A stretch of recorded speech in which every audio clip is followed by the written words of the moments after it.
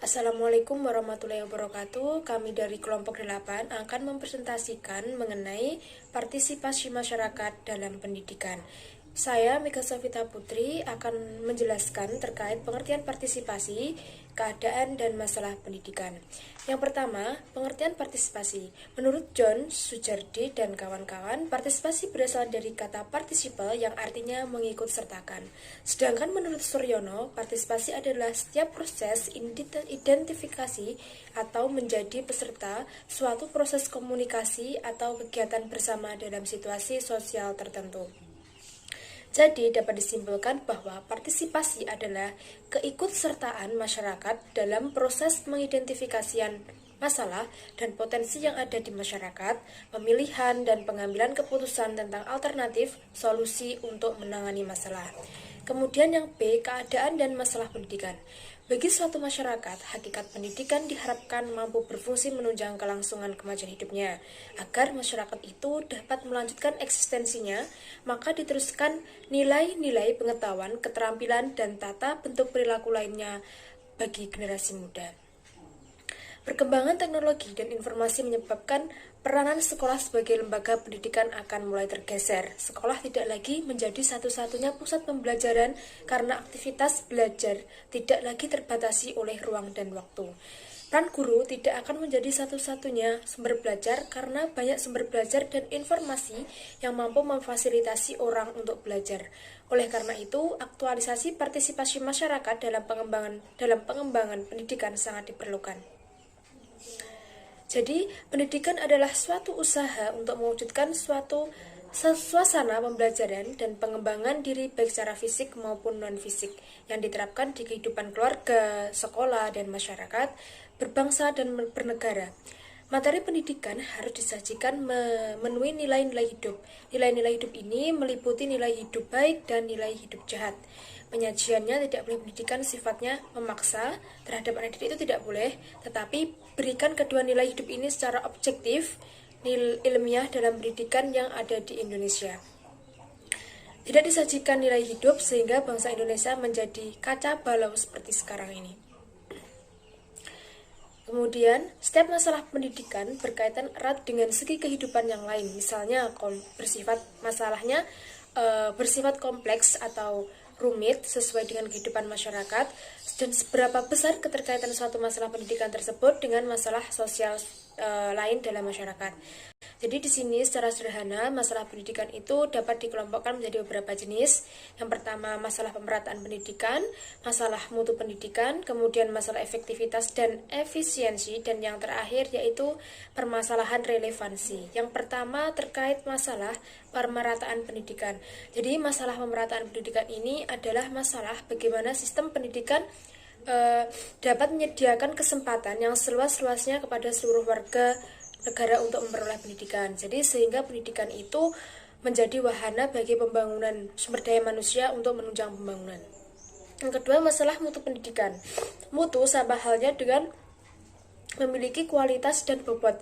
Jadi pendidikan yang bermutu yaitu pelaksanaan pendidikan yang dapat menghasilkan tenaga profesional sesuai dengan kebutuhan negara dan bangsa pada saat ini.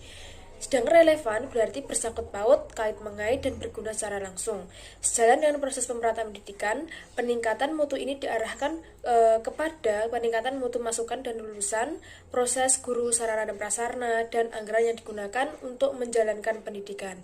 Kemudian yang ketiga, masalah efektivitas dan efisiensi. Jadi, efisiensi apabila sasaran dalam bidang pendidikan dapat dicapai secara efisien atau berdaya guna, artinya pendidikan akan dapat memberikan hasil yang baik dengan tindakan menghamburkan sumber daya yang ada seperti uang, waktu, tenaga, dan sebagainya. Pelaksanaan program pendidikan yang efisien itu apabila pendaya gunaan sumber daya waktu seperti tenaga, biaya, tepat sasaran, dengan lulusan dan produktivitas pendidikan yang optimal.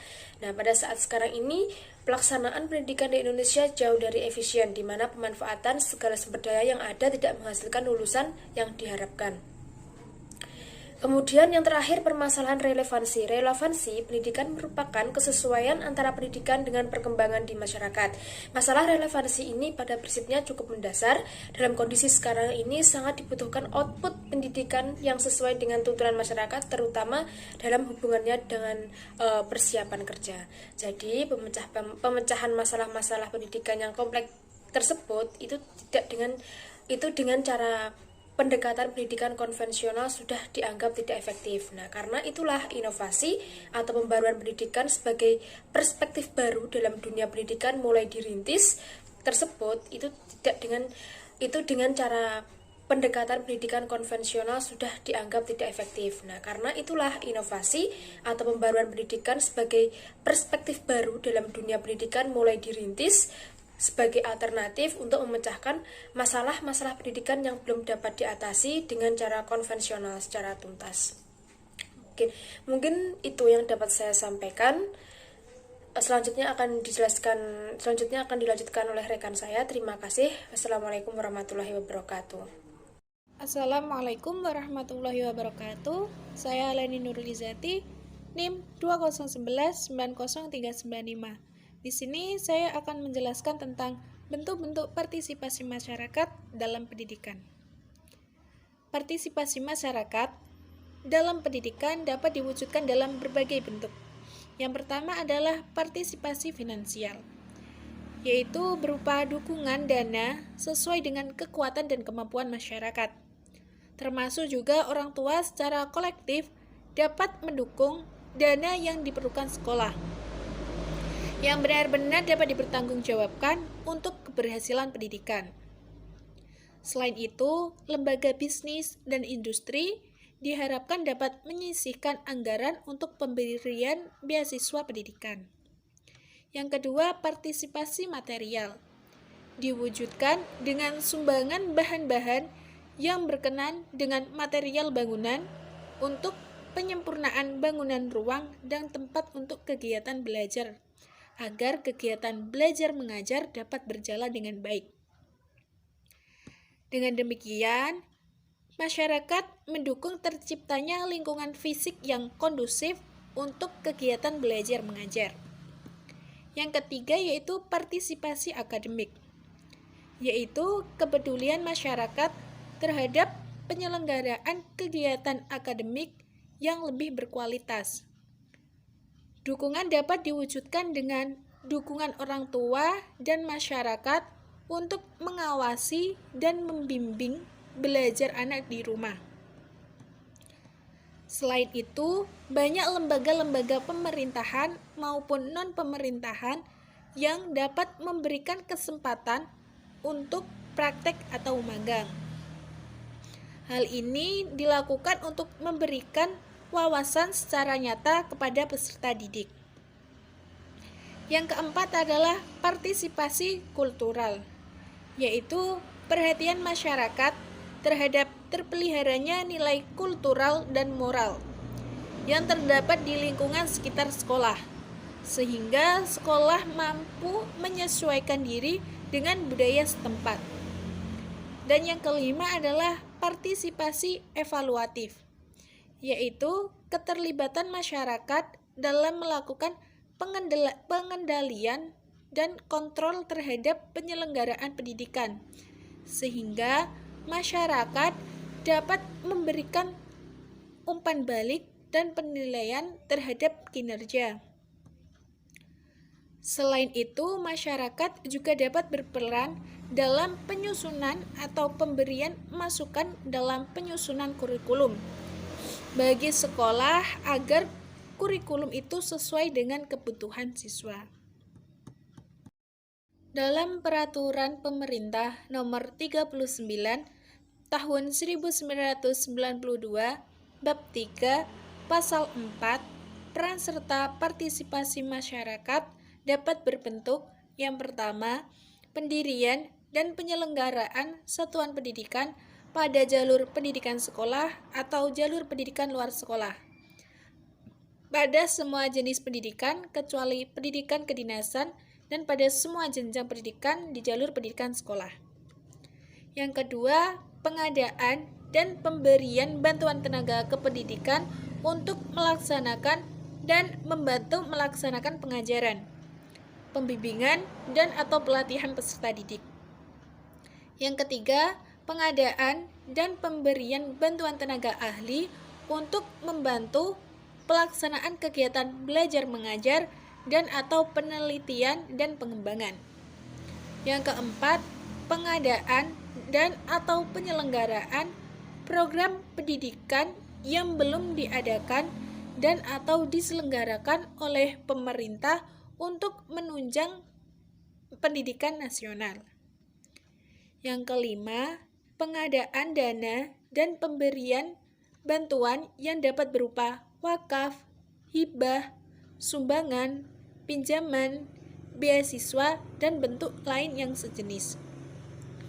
Yang keenam, pengadaan dan pemberian bantuan ruangan, gedung, dan tanah untuk melaksanakan pengadaan dan pemberian bantuan buku pelajaran dan peralatan pendidikan untuk melaksanakan kegiatan belajar mengajar. Yang ketujuh, pemberian kesempatan untuk magang dan atau latihan kerja. Yang kedelapan, pemberian bantuan manajemen bagi penyelenggaraan satuan pendidikan dan pengembangan pendidikan nasional. Yang kesembilan, pemberian pemikiran dan pertimbangan berkenaan dengan penentuan kebijaksanaan dan atau penyelenggaraan pengembangan pendidikan. Yang kesepuluh, pemberian bantuan dan kerjasama dalam kegiatan penelitian dan pengembangan. Yang kesebelas, keikutsertaan dalam program pendidikan dan atau penelitian yang diselenggarakan oleh pemerintah di dalam dan atau di luar negeri. Itu penjelasan dari saya, kurang lebihnya mohon maaf. Wassalamualaikum warahmatullahi wabarakatuh. Baiklah, saya di sini akan menjelaskan mengenai hubungan partisipasi masyarakat dengan pendidikan. Jadi, partisipasi masyarakat dengan lembaga pendidikan merupakan seluruh proses kegiatan yang direncanakan dan diusahakan secara sengaja dan bersungguh-sungguh, disertai pembinaan secara kontinu untuk mendapatkan simpati dari masyarakat pada umumnya.